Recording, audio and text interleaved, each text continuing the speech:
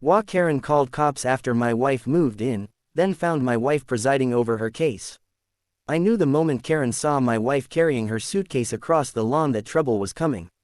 Not the small, petty kind she was famous for, like reporting people for having aggressively colored flowers, or disrespectfully loud wind chimes, but the kind she reserved for when she felt threatened, cornered, or exposed. What I didn't expect was that her meltdown would end with her sitting in a courtroom, trembling, staring at my wife, as the judge presiding over her case. But let me start at the beginning. We moved to Willow Creek Estates 3 years ago, back when I naively believed the HOA was something like a neighborhood watch with newsletters and maybe a garden club. My mistake. Willow Creek Estates had a tyrant, and that tyrant had a name, Karen Whitaker. Platinum hair, permanently squinting lips, clipboard surgically attached to her hand, and an ego reinforced with steel beams. My wife, Lena, wasn't living with me at the start because we were dealing with a long-distance situation while she finished her clerkship in another state. She planned to move in when her job relocation was finalized, but we kept things quiet because, well, life was chaotic.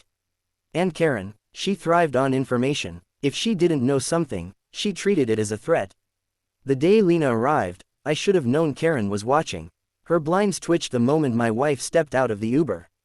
She froze at the curb, staring at the house with one hand shielding her eyes from the sun.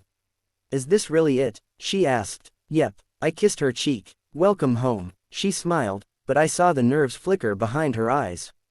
The job she was transferring into was big, really big, and she was still waiting for the official assignment paperwork before she could tell anyone what position she was starting.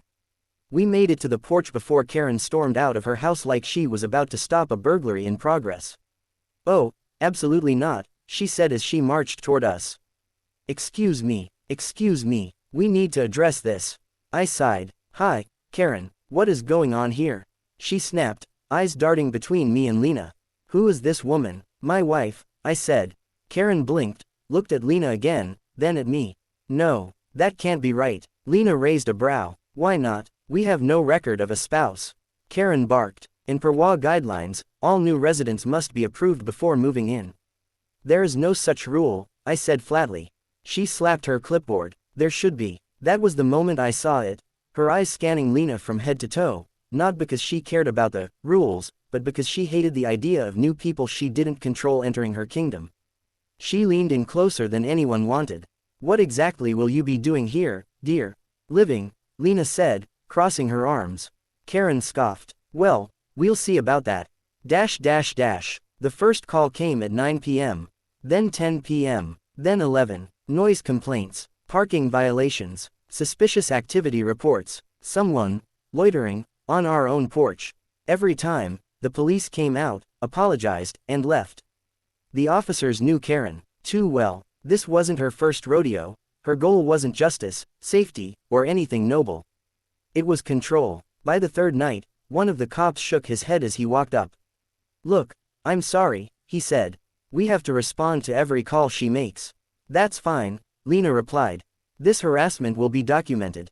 He gave her a sympathetic smile. "If you ever want to file something formal, just let us know." "Oh," Lena said calmly, "don't worry. I will." Things escalated. Karen started photographing us every time we stepped outside. She took pictures of our trash cans, our mailbox, our car's license plate.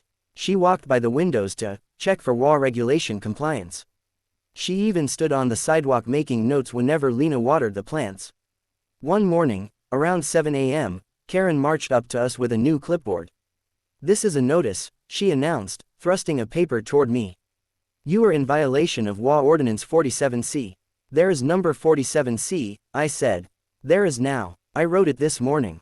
Lena rubbed her forehead. "And what exactly is the violation?" Karen looked straight at her.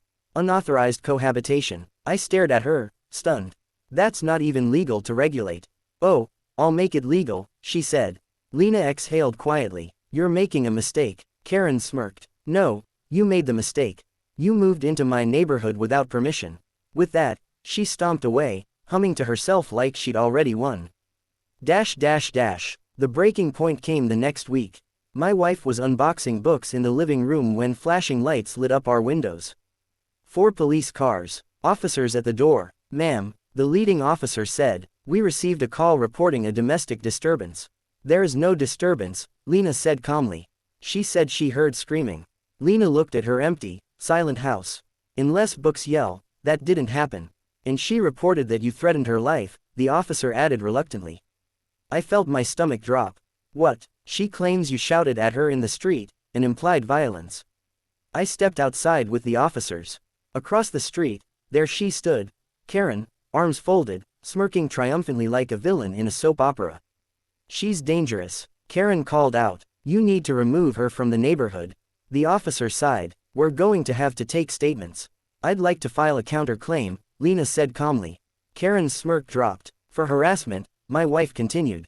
Multiple false reports, stalking, defamation, continuous targeted intimidation. Karen's face drained of color. What? No, I was protecting the neighborhood. The officer turned. Ma'am, if these reports are proven false. They're not, Karen shrieked. I am the HOA president. I know what danger looks like. My wife stepped forward, voice even. Good, then you'll understand what's coming next. The investigation began. Karen was furious. She confronted us daily. You won't win. I run this HOA. I make the rules. You're not above the law, Lena told her. I am the law here. Karen screamed. And ironically, that was the moment the universe smiled. Because Lena finally received her official assignment. It arrived by mail, stamped by the state, signed, certified, official. Lena was now Judge Lena Ramirez, appointed to the county's 9th District Court. A judge, a real, sitting judge. The kind that handled civil disputes, misdemeanor cases, and municipal violations. Including HOA harassment and filing of false police reports. But Lena said nothing, not yet. She let the process play out. The summons arrived for Karen 2 weeks later. I was outside when she opened the envelope. Her face went white. She wobbled like she might faint. What? This is insane. She stuttered. I have to go to court.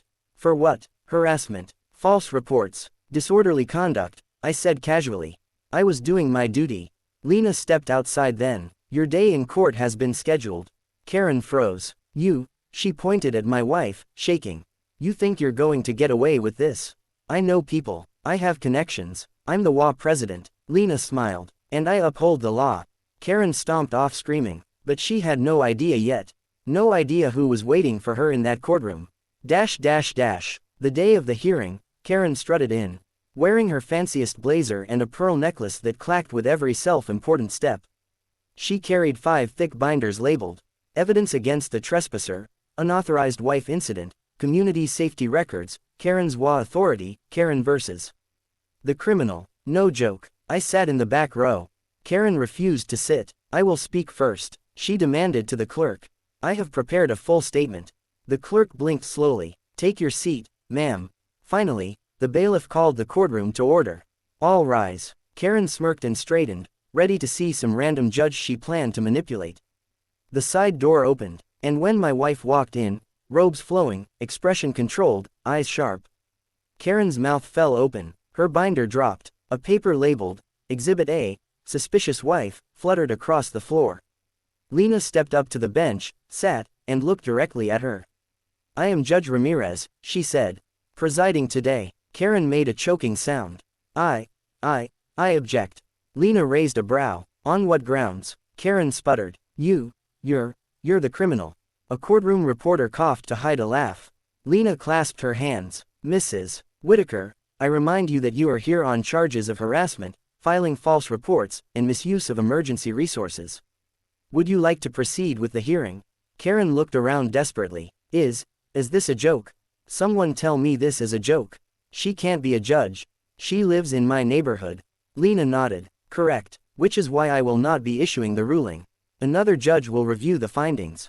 Today is simply to gather testimony. Karen deflated slightly, relieved. But then Lena leaned forward.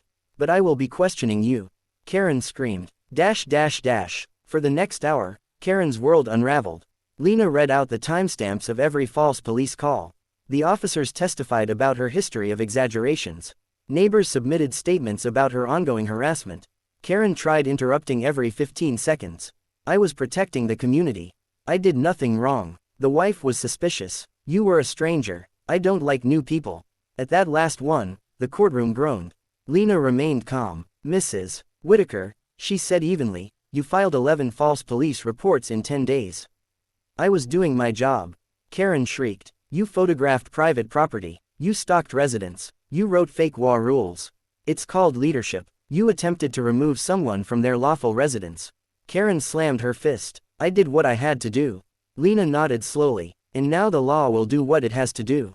That was the moment reality hit Karen like a hammer. She sank into her chair, deflated, sweating, shaking her head like she could will the world to reverse. The hearing ended. Court dismissed. Karen stumbled out like a ghost. When the ruling came weeks later from the reviewing judge, it was brutal. A $5,000 fine. Mandatory community service. Restrictions placed on her HOA authority. She was forbidden from contacting us or approaching our property for a year. And the HOA board, tired of her antics, voted her out entirely. Karen avoided us like the plague after that. She crossed the street when she saw us.